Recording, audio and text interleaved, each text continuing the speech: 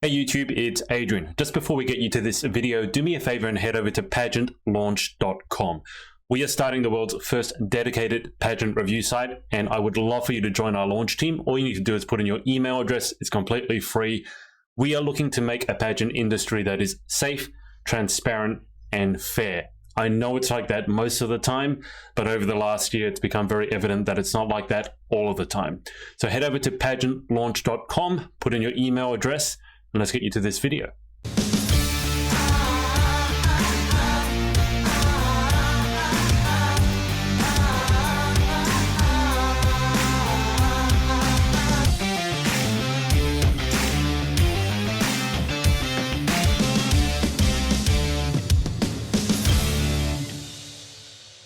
Hey everyone, it's Adrian from the Pageant Project. And oh my God, Natalie, I forgot to ask you a very important question. How do I pronounce your surname? Oh, it's a draught, like draw with a T at the end. Draught. Is it Draught? Yes. Yes. Okay. Being super professional. Natalie put the wrong link in her bio. I forgot to ask Natalie how to pronounce her surname. We're off to a good start here. So guys, if you haven't watched one of my interviews before, feel free to ask any questions. Obviously, we're live. This is not pre-recorded. And if you have any questions or messages of support, such as Carly here has put, yay, Nat. Hannah has written, so sorry, went to the wrong place. That's actually Natalie's fault, not yours. We were wondering why there was someone else joining us on the interview. I'm like, who's that? It's like, oh, okay.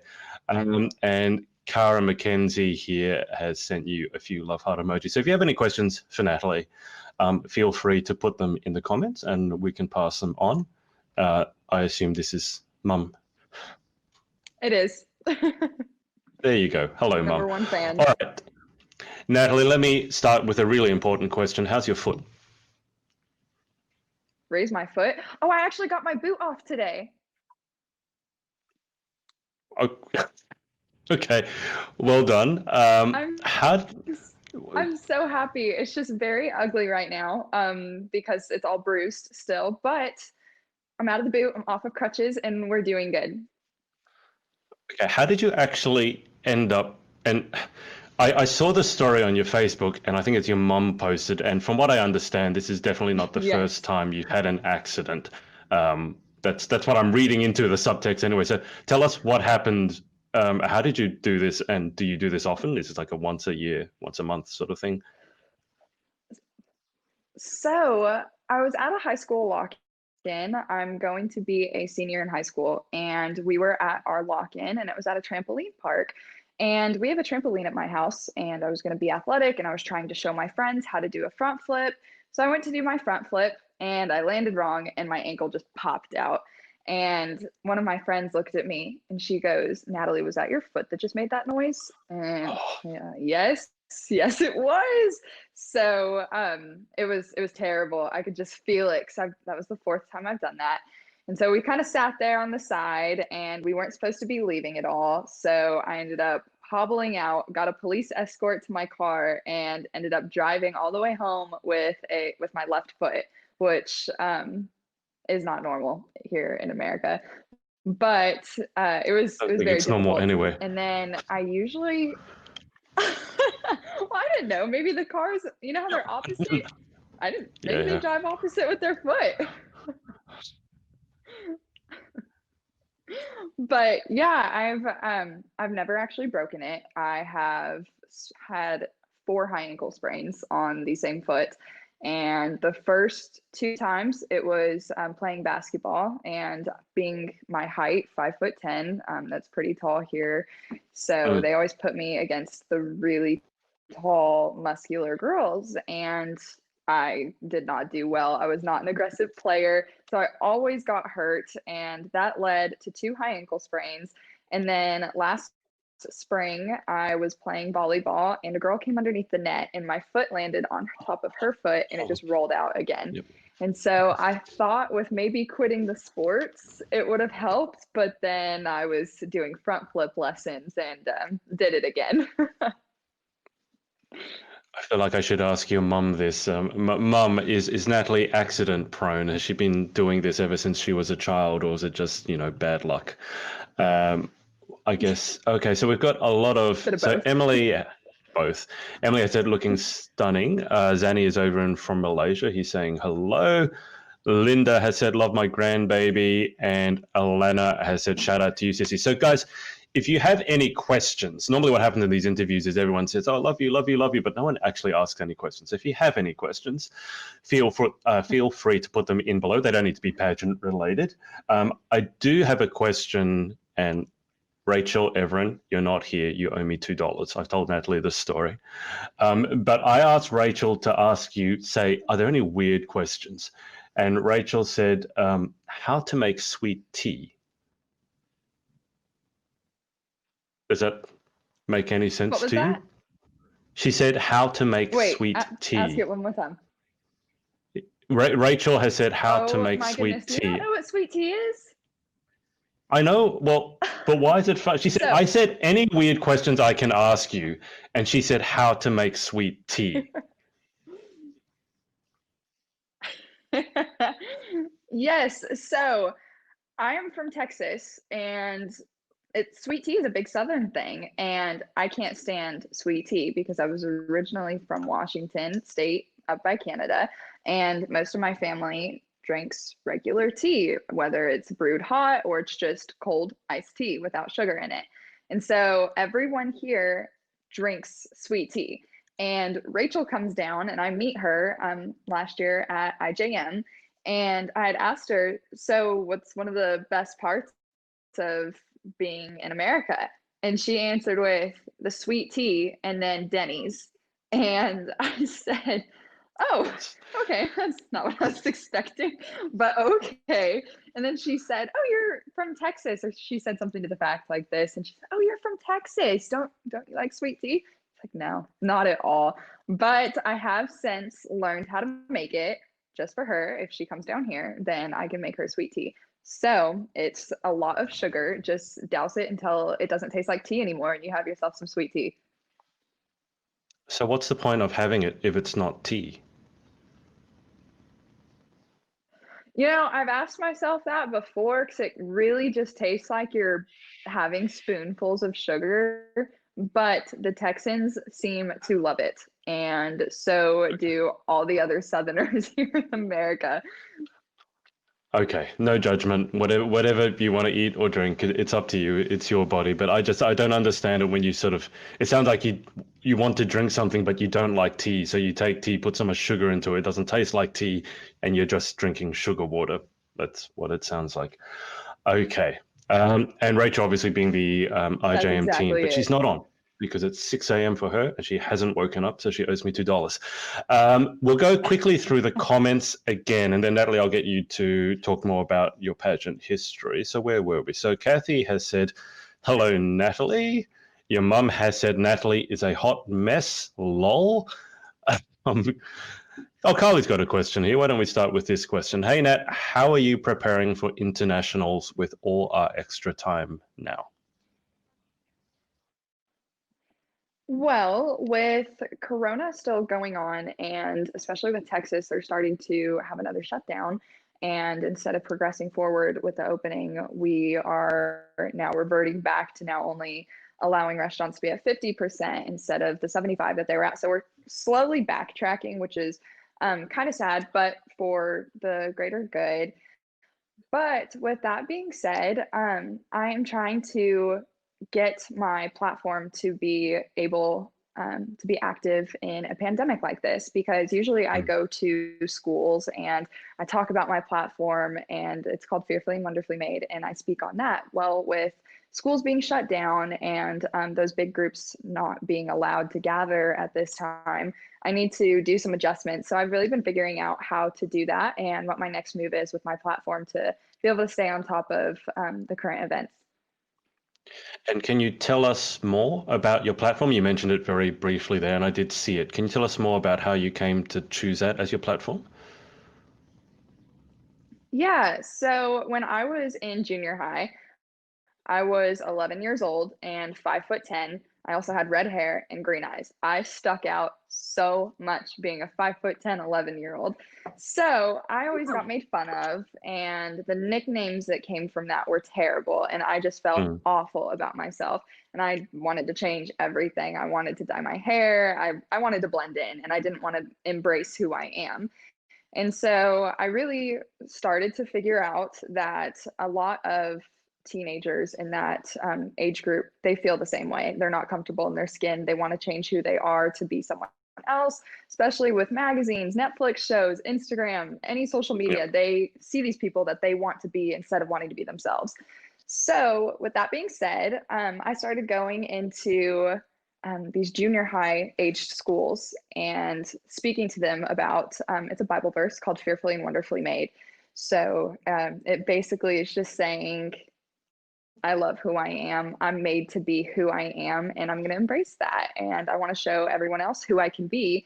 And maybe it can start a chain reaction. And it really did. And I got to meet some of the sweetest girls that I've now become friends with. And it's been incredible. So I've been able to speak to about 2,000 people on this platform, Oh, and I'm wow. hoping to make it a bit bigger this year and be able to reach more age groups instead of just that junior high level. 5'10". I mean, in that's similar to myself. I was this height. I'm 6'1" now. I was probably about the same height when I was your age as well. So I certainly know what that's like. In my school photos, there are people who are Yes. literally half my height. But as a guy, it's seen very differently to be tall than a girl. But I mean, for yourself on the flip side now, obviously being tall is a huge advantage, right? It is, especially competing in pageants, really where I learned that being my unique self is what's going to make me stand out and potentially help me win a pageant. And that's what a lot of judges look for. They look at uniqueness, whether that's in your personality, your looks. You want to Mm. stand out as much as you possibly can during a competition. And so, being the 5'10" redhead, that's what I get called at the competition. I get called the redhead, or I get called the tall girl. And everyone has seen me at a competition, or they just remember who I am just because I stick out. I don't stand in. So, that definitely was a disadvantage for me when I was in junior high, or what I thought was a disadvantage has definitely become one of my strengths now. Have you met any pageant girls whilst competing who are taller than you? I mean, I know a couple, but have you met any? There's been a few. They were probably around 5'11" or 6 foot flat. None were too much taller. And then, especially in our heels, some of the heels were different heights. So I've never really noticed a girl that was significantly taller than I was. Rachel and I, we always laughed because we were about the same height. And then one of my really good friends that I compete with, she's about an inch shorter than me, but we're again about the same height. And so 5'10" seems to be one of the on the taller side of pageantry, Yeah. but I definitely see the girls. My miss last year, I think, was a flat 5 foot. And when I put my heels on, it was like she went up to my hip. And everyone was like, "Oh, are you her miss?" I'm like, "No, I'm her teen." So it was pretty fun to have her as a sister last year and always get those questions. I thought you were about to say people were asking you, is that your daughter or is that your little sister? That would be slightly embarrassing. Now, uh, Cassie or Casey is talking about sweet tea. And so we'll go through this question and then I'll ask you about your pageant history. So Hannah has asked about the challenges that you face during this time. Obviously, this is an unprecedented time. There's a lot that we can't do, appearances, etc. So, what about the challenges that you faced during Corona? Well, with Corona, a lot of people are on their phones, and I have definitely fallen victim to that. So at the very beginning, I was not accomplishing anything. I sat there on my phone, I watched a lot of TikTok, and I guess the TikTok thing kind of paid off. But I was on TikTok, I was on Instagram, social media way too much, and my screen time really made me feel bad about myself every single time I checked it. So, with that being said, I tried to fix that by starting to volunteer more. So, I'm actually volunteering more than what I ever had. I'm averaging about 10 hours a week. So, Oh, had a lot of good come from it, but that was definitely something that I focused with, and trying to stay on task of something was very difficult for me. So I've definitely busied my schedule up more with volunteer work, and now I'm taking college classes and studying for different tests, and it's been very busy and very crazy. So I'm trying to stay on task and trying to get things done during these crazy times. It's kind of difficult, but that's been a really big challenge for me. Perfect. Okay, let's get to what I normally start the interviews with, which is how you got into pageantry to begin with and how that journey has led you to where you are now. Obviously, you've got your lovely IJM sash on and you're the current Texas Teen. So why don't you tell us a bit about your pageant history and what made you join in the first place? Yeah, so I ended up joining pageantry on a whim. My mom picked me up from school one day and told me, "Hey, guess what I did today?" And I asked her, "What?" This could go so many different ways. "What did you do today?" And she said, "I entered you into a pageant." I said, "Oh, huh, okay. Well, that'll be new. That'll be a new challenge." And I was excited for it. Ever since I was younger, I've loved getting dressed up, and I have really enjoyed public speaking. So she thought, throw her into a pageant. That kind of covers it all, public speaking and getting dressed up. I Yep. went to my first pageant, which was Texas Teen USA, which is one of the biggest pageants here in Texas. It had 120 girls or something to that effect. My Wow. very first time, and I was one of the youngest. I was 14, and she threw me in there. I had a roommate. I did not know what to do. I barely knew how to put mascara on. It was rough, but I had an amazing time. I have never been around, at that point in my life, I had never been around such accomplished and such beautiful women that were my age. I always thought you Mm. maybe had to be older to accomplish the things that they had, and they really proved to me, hey, we're teenagers, we can get this done as well. And so that really inspired me to keep doing the pageants, because I wanted to be like them. I wanted to be able to inspire younger girls like they were and inspire generations ahead of me. I thought it was amazing. So then I got asked to compete in a local USA pageant, and it was my second pageant, and I ended up winning. And I was the youngest one there. I was so excited. And then I went back to Texas Teen USA, and I was so upset because I didn't make the top 15. And at that point, I wanted to really give up on pageants because I put so much hard work into it and didn't see the results from it. Mm. So I thought I was done. And one of my dear friends, Haley Hurst, decided to tell me that, hey, she pushed me to do IJM because she had been a reigning junior Texas teen or Hmm. preteen. I can't remember what her title was, but Hmm. she was one of the Texas teens. She really pushed me towards the IJM system. I said, okay, sounds good. Last year, I won the Lone Star title, which is basically the first runner up to the Texas title, and had an amazing reign, had the most fun and just carefree time at internationals. It was the most fun I'd ever had at a pageant before. It was amazing. It really restored my love in pageantry, and I thrived in it, and I met so many amazing people at IJM as well. And I decided I'm going to go back. So I competed again. This time it was virtually, and won the Hmm. Texas title. Now I can't wait to go back to internationals again. In your mind, I mean, every pageant obviously has its place, and different people suit different pageants. In your mind, what made IJM so enjoyable for you? IJM always talks about the sisterhood that they have. And if you haven't competed in IJM, then you just kind of nod along and think, oh, yeah, that's another way that maybe they advertise, or just something that they Mm. say. And they embrace the sisterhood. A lot of pageants say that this is where you're going to meet your best friends. And yeah, it might be true, but IJM is truly where I met some of the most amazing people. And like now I have friends all over the country and all over the world. Rachel has now become one of my really good friends, and I can't wait to see her again.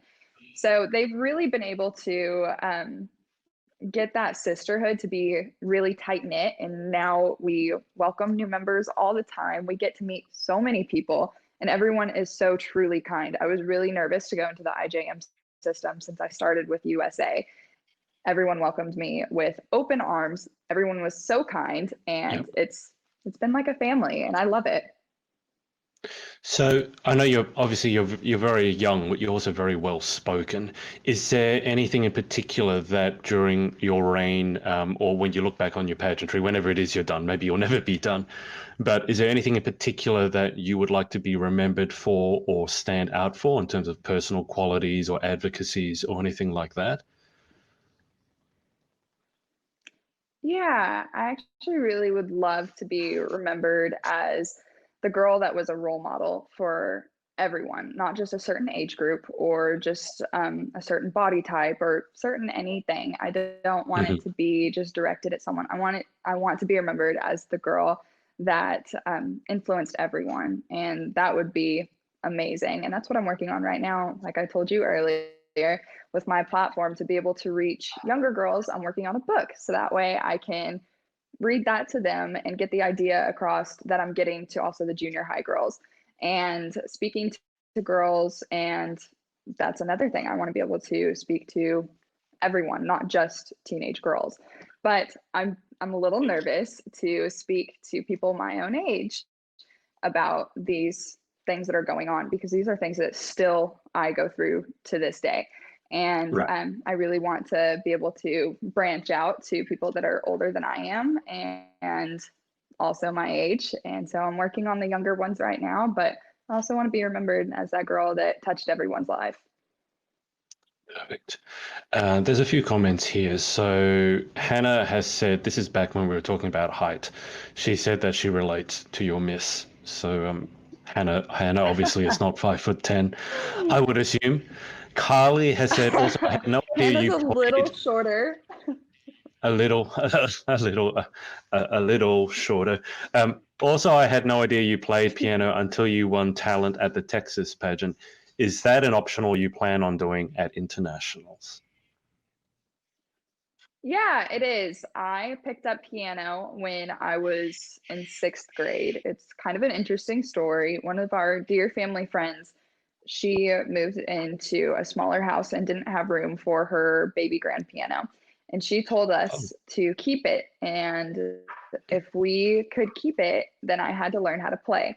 And so I told her, okay, I would learn how to play. So I learned how to play piano for her, but I was not very good at reading the notes. I was a lot better at hearing music and then being able to play it. Mhm. I'm also a symphony ambassador. So every time I went to work at symphonies, I would hear the music and I would want to go home and play it. And that's how I've learned to play piano, is through listening to it. So my teacher was not too thrilled when she found out the reason that I had her play for me wasn't to understand the music better. It was that way I could hear the music and cheat my way through lessons.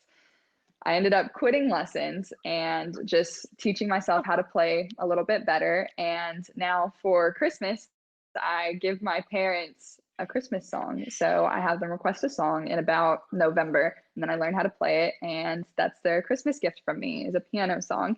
And it actually works out really well because I know a ton of Christmas songs on the piano because of that reason. That internationals is going to be in December. So I'm thrilled that I Ah, get to play my Christmas piece at internationals. It was going to be a little bit weird if I played it in July. I was hoping no one would notice. Christmas in July. What are some of the songs? Or what are some of your favorite songs to perform, Christmas themed or otherwise?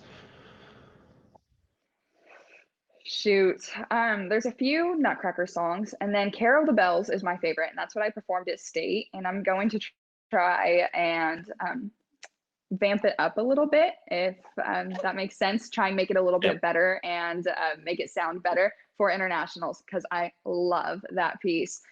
And then there's also a few others. They're super random, but I've heard them on different Christmas movies, but I cannot remember what the names are. It's like Kings of something, and yeah, but and a few like religious songs, and I just love listening to the piano. So whatever comes across that I enjoy the tune of, I will play that at internationals. I'm thinking Carol the Bells, but we'll see.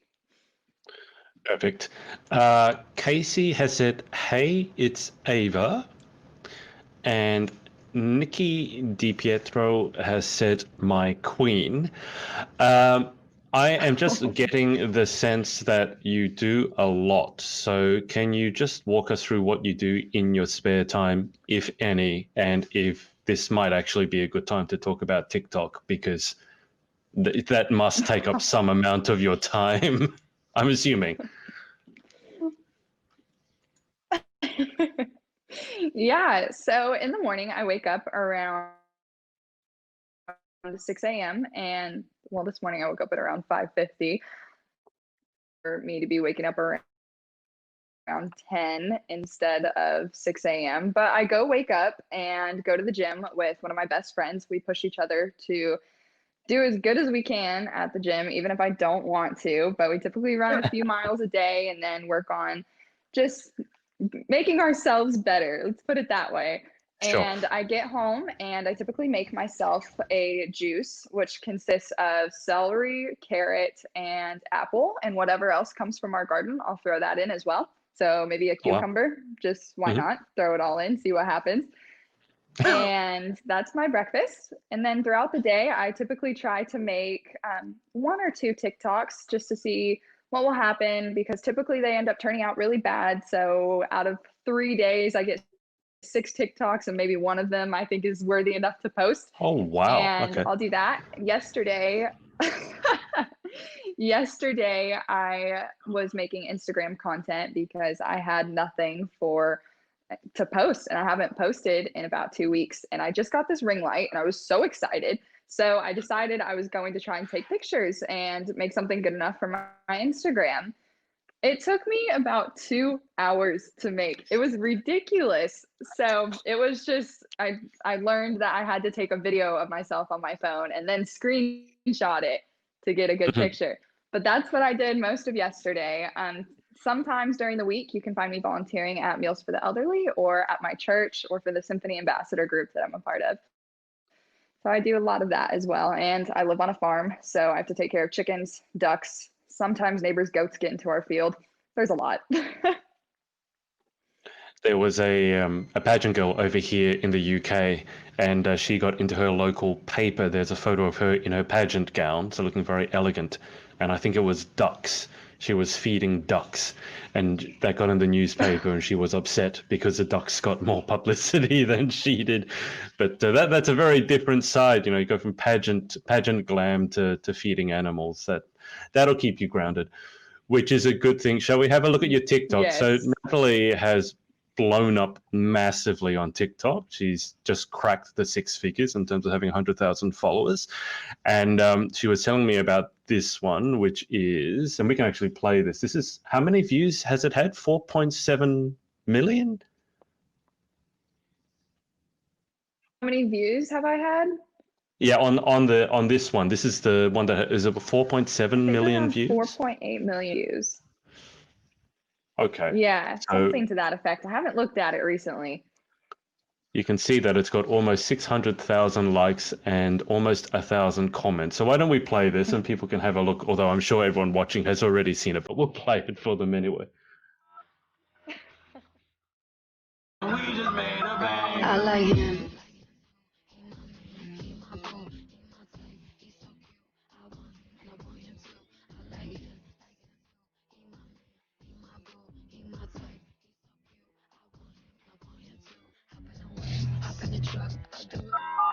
Can you know, the funny thing when I saw that was I was actually thinking that you might twist your ankle because when you're jumping from shoe to shoe, I'm just worried that you're jumping into shoes, you're going to twist your ankle.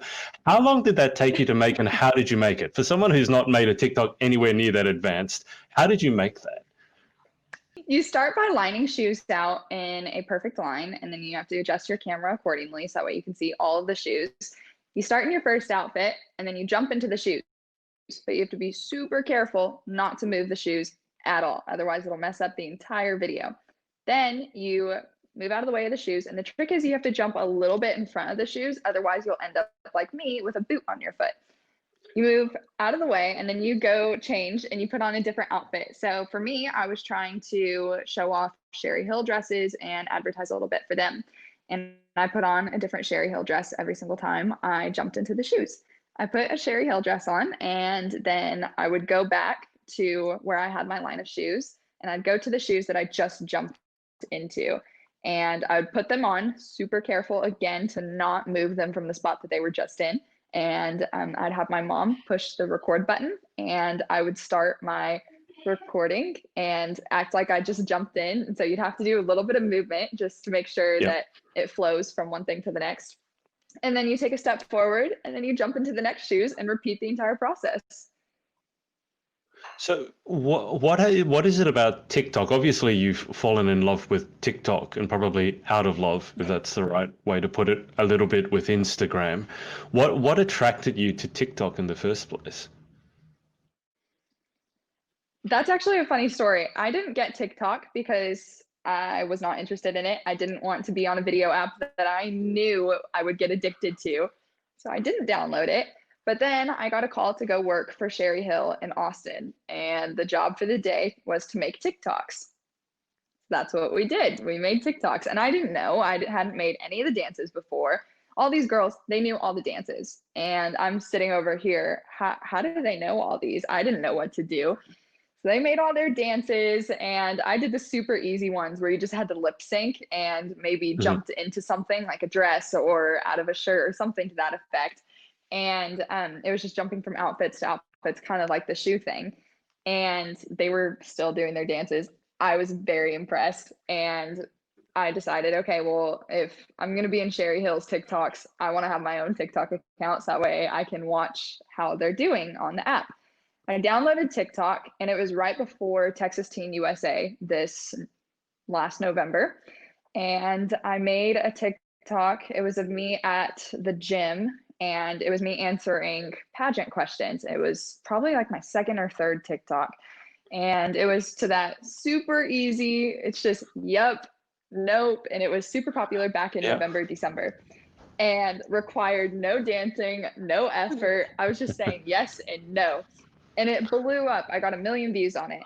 And that's how I started. I got 6,000 followers from that. And then after Christmas, I posted another video about redheads and blew up again. I ended up getting 10,000 followers. And then Rachel and I did a TikTok together, and it was American versus Australian.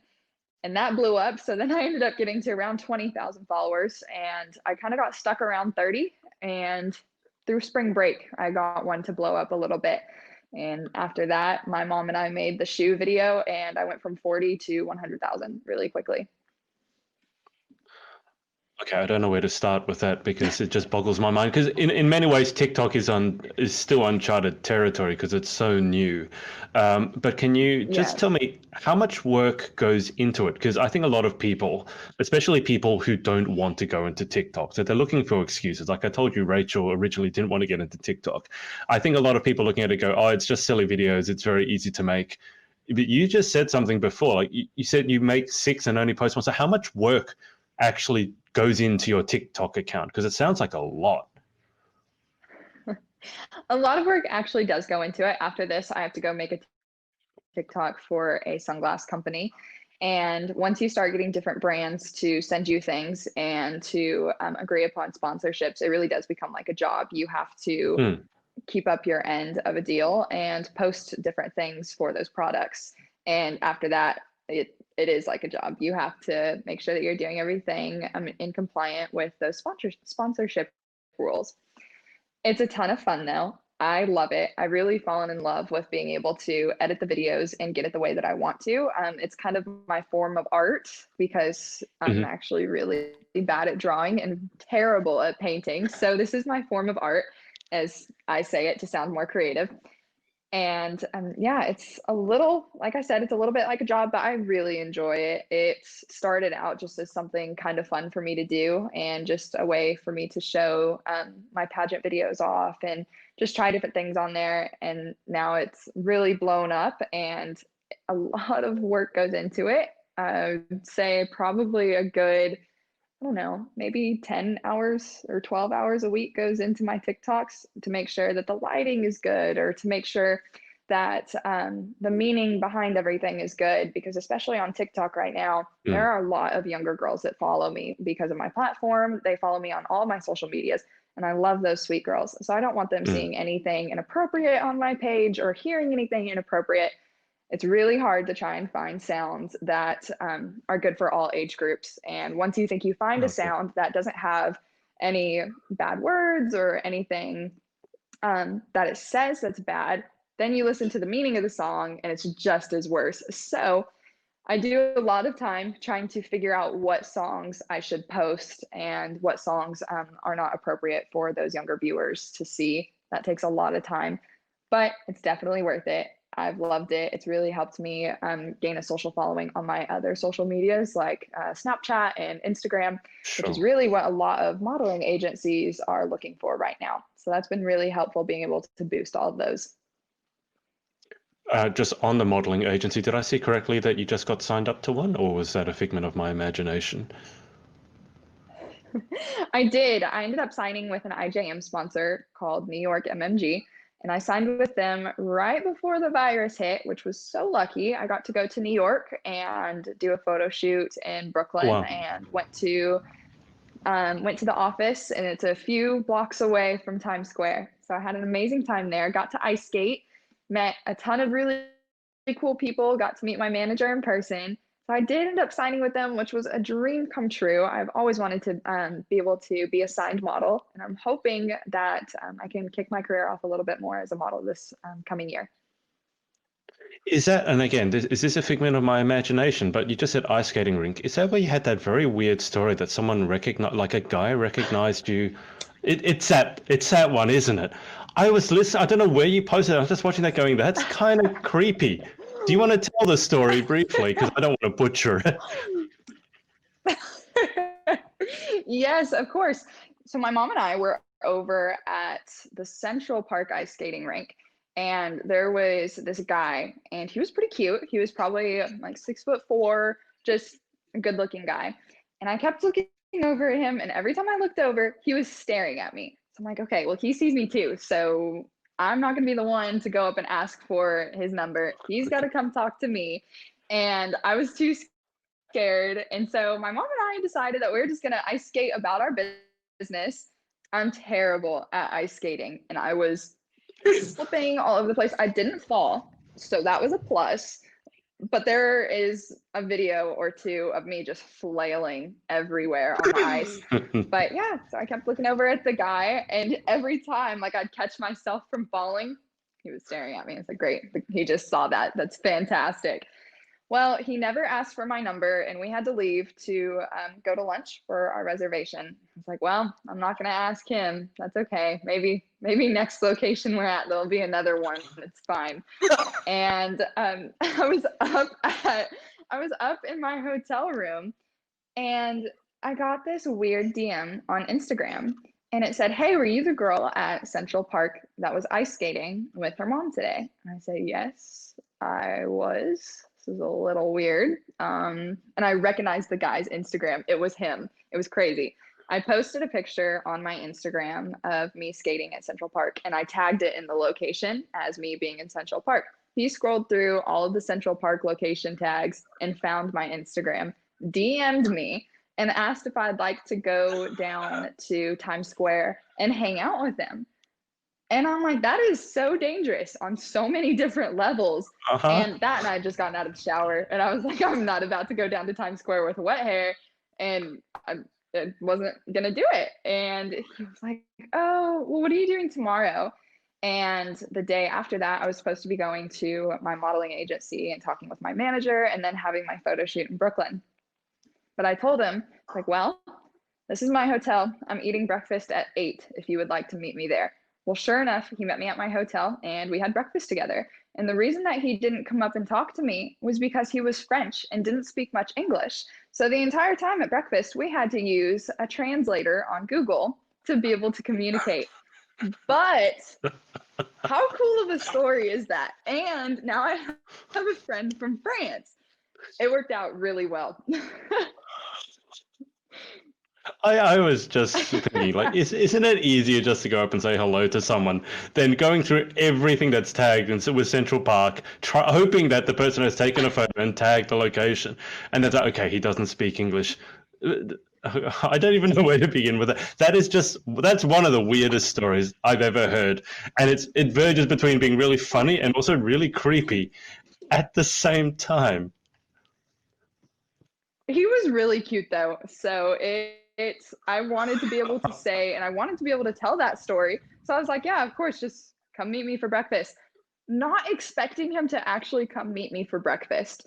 And he did. And it was so awkward at the beginning. He went to give me like a side kiss, like what the French do. And Friendship. I didn't know what he was doing. So I stuck my hand out for a handshake, not knowing what was going on. And he typed it out to me. And I was like, oh, my fault, different culture.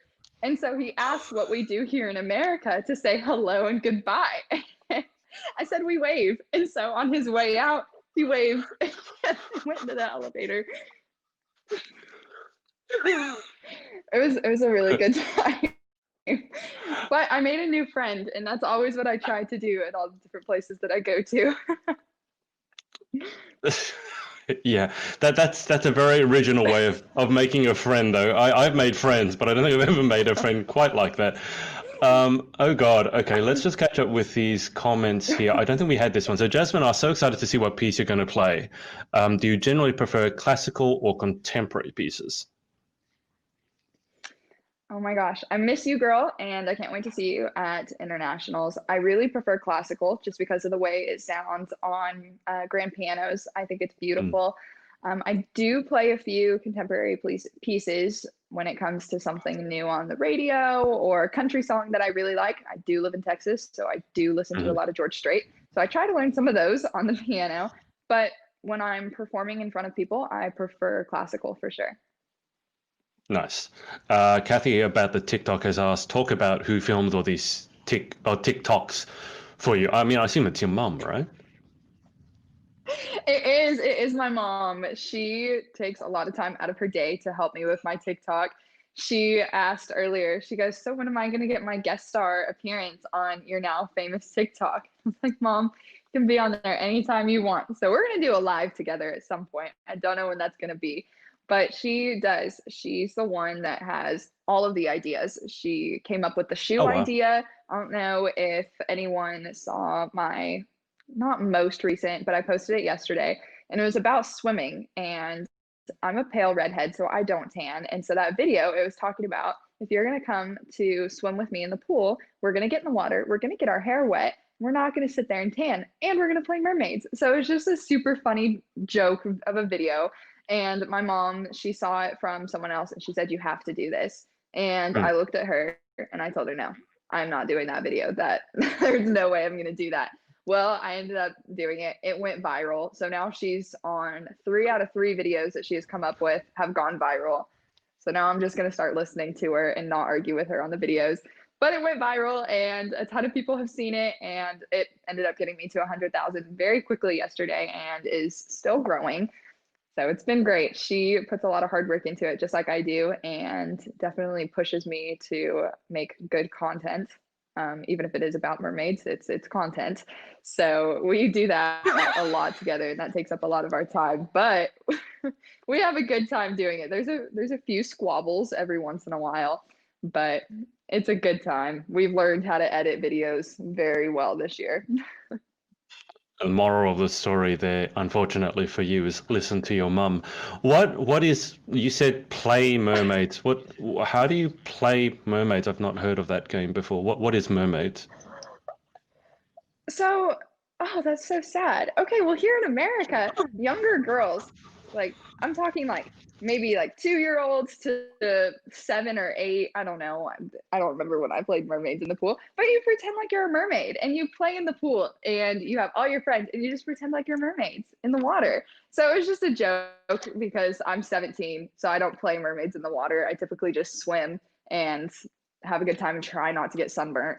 And I do that. And she said, no, this is what the video did. So this is what you're going to do. I was like, oh my gosh. So you can see me in the video. I pull up my goggles and I strap them to my face and I jump into the water and I have my little flippers on. And then you can see me going down the slide and I'm a mess. My hair is all ratted in the back. I have my black goggles on. I have flippers on. The hose is going crazy. It was a mess of a video, but for some reason, a lot of people ended up liking it. I think because I was also going to ask you when we were talking about TikToks. I know I'm sure a lot of people would want to know sort of your tips because you've done super well. And I think just on what you mentioned, because that's a more authentic video. Obviously, it's not picture perfect. Sometimes that's what people, that's what people like. It's that it's more authentic. And I think Instagram became everything on Instagram needs to be absolutely perfect. Whereas TikTok allowed you to show a bit more of your personality, a bit more what's real.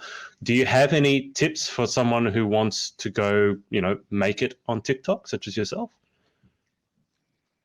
Yeah, definitely be yourself. I watched all these people on TikTok and it was a lot of dancing. And I didn't think I was going to be good at this app because I was like, there's no way I can do that dance. I've never been a cheerleader. I've never danced before. It's not my thing. I don't understand how the girls are able to do it. It's too much learning, too much movement. I can't do it. And I decided, okay, well, I know pageantry very well, and I'm very passionate about showing people what pageants are really about and just other qualities of my life. I'm really into fashion. So that's what I decided to make my TikTok about. And people loved it. And I was just being my unique self. And that's what I encourage everyone to do on TikTok. Maybe find a little something that's unique to you and post about it, because that's what I did. There's not too many pageant girls on TikTok, and that's what I started posting about. And immediately, the first video I made about pageantry got 1 million views. And after that, I kind of realized, okay, well, I'm just going to be who I am on this app. And it ended up working out really well. Perfect. Now, this is a really, really long comment here. It's actually covered us. It's a message for you. I'm sure you can read it. Basically saying, I guess it's a thank you for helping be that role model sister in inverted commas for Ava. I won't read the whole thing out because it's super long, but I'll let you go back through, Natalie, and read these in your own time. But obviously, that's a lovely sentiment. Okay. Kathy here has said, so Texas IJM went virtual. How was that experience for you? Explain what you were able to do to prepare for it and what you've learned from it. I was really nervous to do the virtual pageant because Kathy announced that instead of interview being 33% and then fun fashion being 33% and evening gown being 33%, interview was 50% this year because it was virtual. Right. I was terrified. I was so scared. I didn't think I was going to be able to do it. Did not have faith in my interview skills. And my interview coach is Lisa Dean. She's incredible. And she really restored my faith in being able to do well in my interview. I was petrified. I told my mom, it's like, well, I don't know if I should compete. They changed it to 50%. My strong suit, I always felt like was my runway because I'm so tall. I just feel comfortable on a runway, and that's my favorite part of competition. Sure. So we worked a lot on interview because interview was the one section that we couldn't go back and redo. All the other like fun fashion and like the optionals too, piano and evening gown, I could go back and redo if I didn't like the way my hand looked or if I didn't play a key quite right on piano. I could go back and do it. Interview was not that way, and that's why they made it to be the 50%. So I was so scared. I didn't know if I wanted to do it just because of that interview part. Well, my mom and dad have always told me that if I'm scared to do something, then I need to do it because it'll make me better as a person. And I did it. And we worked so hard on interview. We worked for hours on it. And it really paid off. Even though if you go back and watch my interview, I actually have it in my email saved right now from my amazing directors. My interview is terrible. You could tell I was well-spoken. But like I said earlier, I live in the middle of a cotton field. Our service was awful and we couldn't go anywhere because we were in the middle of COVID and the judges were talking over me. I was talking over the judges. It was awful. And I somehow won best interview. And I messaged one of my directors like, how did this happen? And they're like, well, you could tell that you were well spoken. Just because the judges talked over you doesn't mean that it was a bad interview. And so I was like, okay, I definitely talked over the judges. It was kind of rough, but I learned that I'm capable of so much more than I think. And I was able to do really well with the interview being at 50%. And I still accomplished what I reached out to do. And I was so proud of myself with that, because interview is something that is really important to me because of my public speaking. I need to be able to speak well. And it went really good. And I learned a lot more about interview and what to do for some stuff, and like what to do if you're glitching out. You need to stop talking and wait for the judge to say something before you do. Otherwise, you'll be talking all over them. But I really enjoyed the experience. The IJM Texas directors did an incredible job of still making it special for the girls and making the reigning queens still have a part in the pageant. It went really well for being a virtual pageant. I had a blast. Can I ask, because you just mentioned, obviously you've mentioned that you love public speaking, yet you also mentioned that you're nervous about interview. I think for a lot of people that sort of would not quite make sense. So how, because obviously you're very well spoken, particularly for your age, yet you not super confident about interview. So is there something about interview in particular that makes you nervous, or was it just kind of more of a phobia? I've actually really grown to enjoy interview. It was just a sudden change of it being moved to 50%. It's like, oh no, I Right. started doubting myself. There was so much doubt in my interview capabilities. And my coach has always told me, Natalie, you need to calm down. You were so good at interview. You sound like a miss. You need to sound more like a teen. I'm like, well, I just like to sound like a miss. I'm ready for the miss division. So I was just really, I had a lot of self-doubt in my interview capabilities, and I overcame that and ended up doing a pretty good job. And that's what the judges wrote too. They told me that I sounded like a miss. Like, well, I'm working on it. I try to sound like a teen, but my parents have taken me to all their work things since I was little, and they've Right. really had a big part in my speaking capabilities. So that, and doing my speaking at school, and I really enjoyed the public speaking, and I've really come to love interview. It was just that realization that, oh my goodness, my interview is going to make or break me. Right. We will get towards we always wrap up with the same 10 questions here, Natalie. We'll get to that in a sec. But just before, do you want to comment on this? So that's my dad. He was probably talking about my mom and I doing TikToks. Yes. Yeah, a few squabbles might be an understatement. There's definitely a few more. Yesterday was one of them with the mermaid thing. We were talking very loudly at each other over whether or not to post the mermaid video. I really did not want to. I was so scared I was going to be made fun of. And I had like a ton of 7-year-olds and 10-year-olds commenting on there, and they were all so sweet. They all wanted to come play mermaids with me. So I made a ton of friends off of that TikTok. So it worked out very well. But yeah, there's a lot of squabbles here and there. But you know what? That just means we love each other and brings us closer together. I'm just wondering, from your dad's perspective, how a squabble about mermaid videos on TikTok actually sounds. Because it's got to sound somewhat ridiculous, arguing about whether to post a mermaid video on TikTok. I'm sure it does. He's been a trooper. I have an older brother, and he is 24, so he's moved out of our house. So it's my mom, me, and my dad. And he always says the pageant life has become his life. And it's so funny to see him so involved with pageantry. And you just like, what are you doing? You need to be practicing interview. And then randomly at dinner, he'll ask me an interview question. Like, wow, you've really transformed into a pageant dad. So he's done really well living with 2 girls at the moment, and I love him for putting up with all this stuff. He does a lot for my pageants, and I appreciate every bit of it, even with putting up with mermaid fights. All right, guys, if you have any more questions for Natalie, put them in the questions. I put them in the comments, and I'll circle back to them at the end. Just before we get to the final 10 questions, Natalie, is there anyone that you want to give a shout out to, just for supporting you along your pageant journey or just in life in general? Yeah, I would love to give a huge shout out to my incredible sponsors. They have done so much for us this year with this being a virtual pageant. They made it incredible and they've made this experience, though it's only been a few months, an amazing one that I will never forget. Also, a big shout out to my coach, Lisa.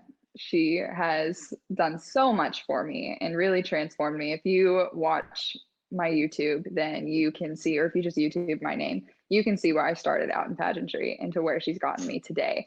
And she's helped me develop my platform to where it's at. And she is always there as someone that I can look up to and look to for, a role model. And I really appreciate her, along with Sergio at Terry Costa. He does so much for me in making my dream dresses into a reality. And I can't wait to show everyone what I'm going to be wearing at IJM. Perfect. Okay, final 10 questions. I've done over 100 interviews. I've finished every interview with the same 10 questions, including when I interviewed Rachel Everin. She ended up talking about slime videos. That didn't go well. It's not rapid. It's not rapid fire. You don't have to answer super quick, but if you want to answer super quick, it's up to you. So, question 1: what is your favorite word? Ooh, bumble, like a bee, but bumble. I don't know. It's fun to say. Like, you can't say it without smiling. It's just one of those words that is just cute, and you just say bumble and it's fun to say. You can't say it without laughing. Isn't Bumble a dating app? Is it? I'm only 17. I don't know. I don't go on dating apps, so I don't know. The Yeah, okay, all right. I think Bumble is someone might be able to tell us. Bumble, I think, is a dating app where only the girls can reach out to the guys. I remember it because one of my friends in America was on it, and she was telling me about it. Anyway, let's move on to more important things. Question 2: what is your least favorite word? Ooh, I really don't know. I talk a lot, so I use most words and I enjoy saying them. I don't have a least favorite word. How do you feel about Okay. moist? That's a common one. Yeah, that's not one that I'm too fond of, but I do use it here and there just to describe like, oh man, the air is very moist today. Like, instead of humid, because humid's just boring to say. So Okay. All right. Question 3: in life, what gets you excited or what turns you on? I love this. I know we're doing a pageant interview, but I love being on stage and knowing that everybody is watching me and watching me compete. I love competing in spokesmodel and being able to, I told you I love public speaking, and spokesmodel is one of my favorite optionals that IJM offers. And just knowing that I'm not only on stage competing, but I'm also delivering my message is a feeling like no other. Just hoping that I do well in delivering my message and touching everyone in the crowd is a feeling like no other while being on stage. Perfect. What about what turns you off? Ooh, I'd probably say unkind people, just because there's no reason to be mean to anyone. And having had experience dealing with all those people, it really made my life so much harder. And there's absolutely no reason to intentionally make someone's life harder or worse in any way. So I really don't like unkind people at all. Question 5: what sound or noise do you love? I really love the sound. We don't have many trees here in Texas. I love the sound that the wind makes when it's going through the trees. I said earlier that I'm originally from Olympia, Washington, and there are so many trees there, and it's beautiful. It's just a breathtaking place to go. And when you wake up, usually there's no wind, but when there is a little bit of wind, you can hear it in the trees. And when you go for a walk outside Hmm. and you're just underneath all like the shade of the trees, you can just hear it, and it's a beautiful noise. I love it. And question 6, what sound or noise do you hate? People chewing. That really drives me crazy. I don't know what it is. Like, I understand that everybody has to eat something, but just, oh, I have to have music on or a TV on, or I have to sit away from my parents at the dinner table. It drives me insane. Really that bad? You have to like almost leave the dinner table because Yeah, well, we have like the way it is in our house, it's an island. So there's five different like there's different chairs right there. And so my dad sits at the far end, and then it's me and my mom right beside him. And if for whatever reason the meal that we're eating is steak or something that's going to be loud, I move to the other end because it bothers me so bad, or I have to turn on a very loud TV show, and then I'll be fine. I'm okay with it after that. But even my own chewing kind of just drives me insane sometimes.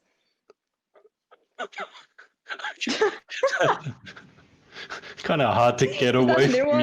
your own Actually, surprisingly, no. The chewing sound, especially when people chew with their mouth open, and it's that that masticating sort of that. Yeah, a lot of people have Yes. said that. One girl in the UK said it's so bad for her it makes her cry. But I think that's the first time I've heard anyone say that even the sound of their own chewing drives them mad. So. Well, I always have to, I wait if I get a meal. Like today, I ate Raisin Bran. That's my favorite cereal, and it's very crunchy. And so I get my computer in front of me and I turn the volume up to max, and then I wait, and then I start eating my cereal once the TV show starts playing. It's weird. It's a weird little thing, but Okay. Yeah, it's not the first time I've heard that answer, but the degree to which you react to it is probably a first. Moving on, question 7. If you could have any one superpower, what would you pick and why? I would pick the superpower to travel. I love traveling. I've been to over 20 different countries, I believe, and I want to add to that list. I love experiencing the different cultures, meeting the different people. It's a hobby of mine. It's a very expensive hobby, but it's one that my parents have taught me, and I've loved it since I was young. You'd better start making a lot of money because if your two hobbies are traveling and pageantry, I mean, pageantry ain't exactly cheap. You're going to get the TikToks rolling out, I think. I'm working on it, I promise. Question 8. It's a bit different for you because you're still a student, but we'll go there anyway. If you could try any occupation other than your own, or if you could have, let's say, dream job, what would your dream job be? My dream job would be to be working as a broadcast journalist, whether it's a political broadcast journalist or sports broadcast. I'm still trying to figure that out at the moment, and that's why I'm taking college classes. I'm looking at both routes to see which one I like more, because I'm not going to know until I start studying it. So my classes at the moment are both in the political broadcast and the ethics of journalism, and then sports broadcast. And I'm loving both, so I don't know which route I'm going to go towards at the moment, but it's definitely something that I'm looking into and hope to pursue in college. Oh, that's fascinating. Do you have any idea what sort of sports you would like to broadcast? Because obviously broadcasting golf is very different to broadcasting, I don't know, football or something. Well, I have played sports since I was in kindergarten. I played basketball. That's what I started out with. And then I played volleyball and tennis and ran track. I loved it. And I also have been riding horses since I was super young. So I've always been very involved in sports and really enjoyed competing in them. It wasn't until my junior year, so this past year of high school, that I didn't play sports, which was a major lifestyle change for me. But I would probably say basketball, football, or baseball, and maybe even volleyball, and tennis. I actually like them all. But the top three would be basketball, football, and baseball, just because basketball I know so much about. That's where I got 2 out of the 4 of my high ankle sprains. So I know it pretty well. And football and baseball, I have grown up watching my older brother play. So I'm pretty well known. I know those as well. I know that you obviously are good friends with Rach Everin. Has she inflicted cricket on you yet? Talking about Australian versus American. She told me a little bit about cricket at internationals, but that was about it. I Okay. don't even know how the sport works. Neither do I. I watched it on and off for like many, many years, and I still don't understand it. To give you an example, if I say, here's a position on the team, you tell me what you think they do. What's the wicket keeper? They're the goalkeeper. Close, No? close enough. You need to watch it. I can't describe the game of cricket, and I don't understand it. One of the positions is called silly mid-off. What? So I don't know if this is an actual sport. Is it? I've never watched it it. is. Australians, the Brits are crazy about cricket. I know the Americans can't stand it because there's one version of cricket that can go for 5 days, and at the end you can still have no result. So it's not. Oh, I just wanted to ask about it to see if you knew anything about it. I have no interest in it, but I'm sure haven't. Rachel can explain I it have to you. not watched cricket before. I will get have flagged watched a lot for rugby saying it, but before. okay, all right. Well, more happens Perfect. in rugby, and you can kind of understand it, right?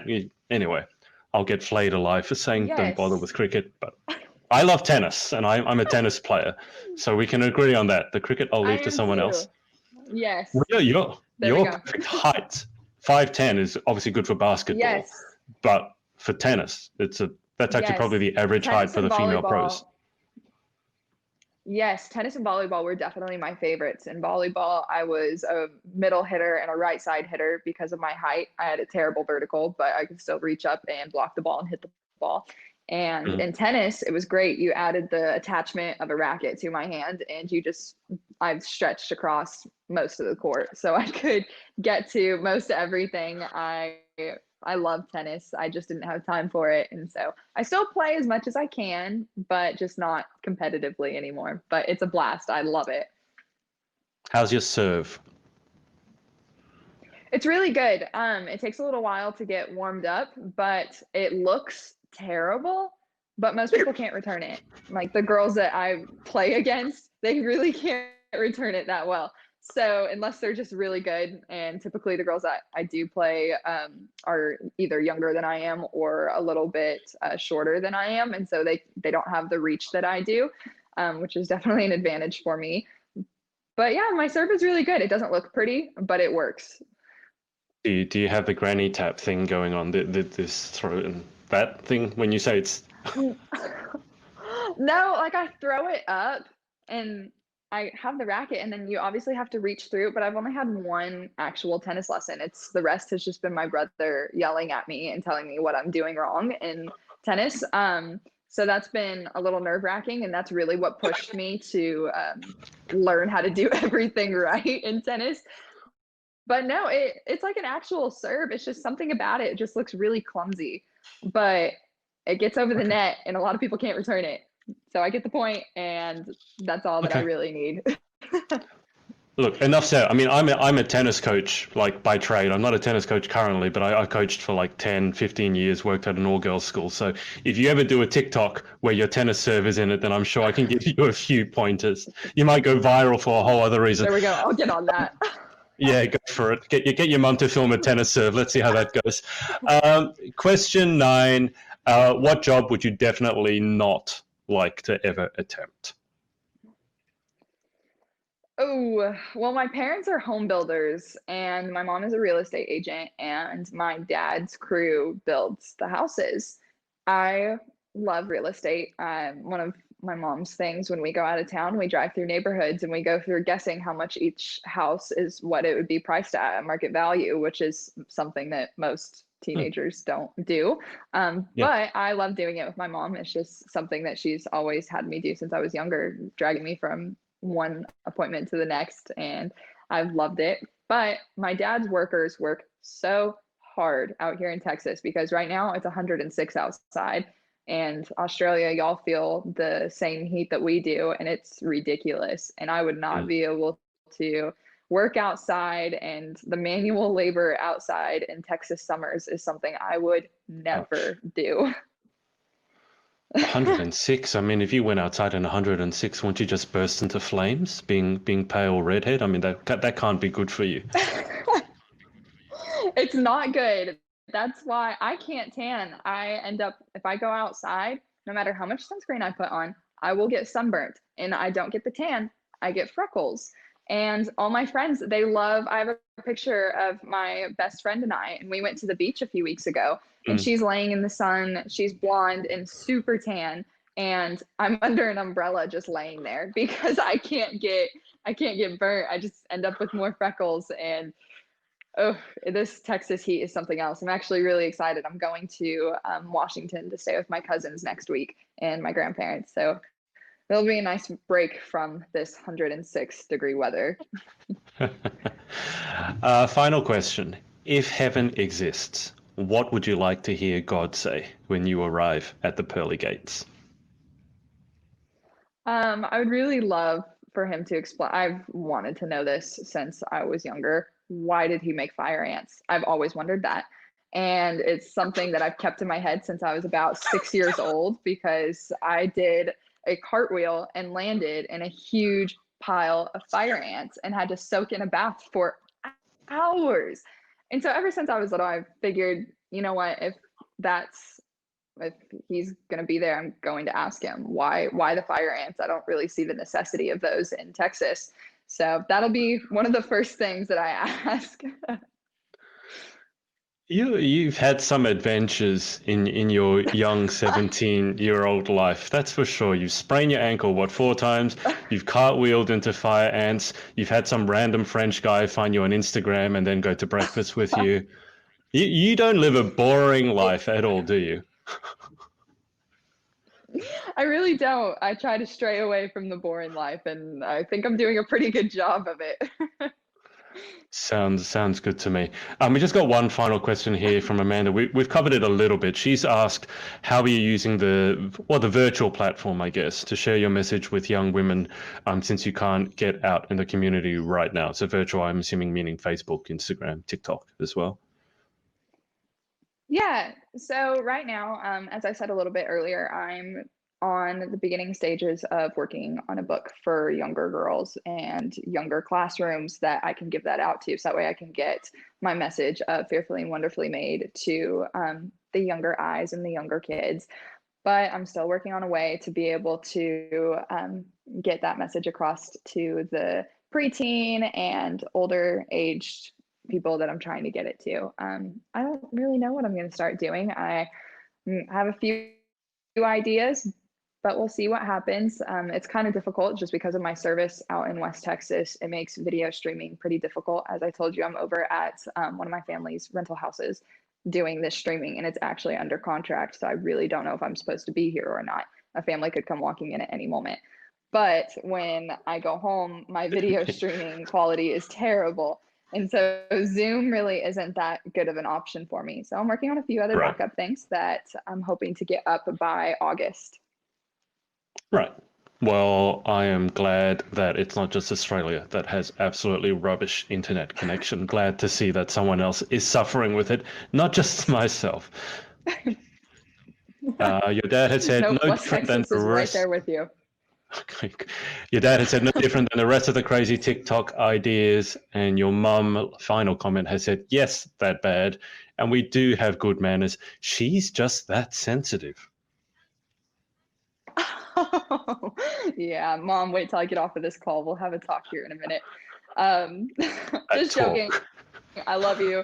And they've been watching this entire thing. So they've helped me put this all together, and very blessed to have them, but a little bit sensitive when it comes to the TikToks because I didn't want to play mermaids in the pool. So maybe it was her being sensitive to that, but we'll see. I just wish I had seen or heard the argument about the mermaid video, because without context, it would have made zero sense to anyone listening. Probably anyone over the age of 30 would be like, what are you talking about? And Linda Garrett Bell has said, come ride horses with your nana. So there you go. Oh. Yes. Well, I think the mermaid argument is done since she was right and it went viral and got me to 100,000 followers. So, Mom, I'm done arguing, I promise. You just said that on a live video. Your mum can now clip that out and hold it over your head for the rest of your life, Natalie. That was a really bad idea. Yeah, it's probably going to be her ringtone, not going to lie. But you know what? It's okay. I go to college next year anyway. She can't use it too much. So your solution to this is I'm just going to run away from home. Okay, all right. Final. Edison Holmes, who I've interviewed, she's over in the UK. She's one of the, because IJM has just started up in the UK. She said, hi, Natalie, it's Edison, IJM UK Teen. So there you go. All right. Natalie, thank you so much for your time. I'm going to keep you on the line for just a second, but best of luck with everything. And thank you for spending, over an hour with us. And thank you to everyone for watching and sending in your questions, and we will speak to you next time. Hey guys, it's Adrian again. If you like this video, make sure to like and subscribe, and remember to head over to pageantlaunch.com and join the launch team for our pageant review site. All you need to do is put in your email address. Thanks, and speak to you next time.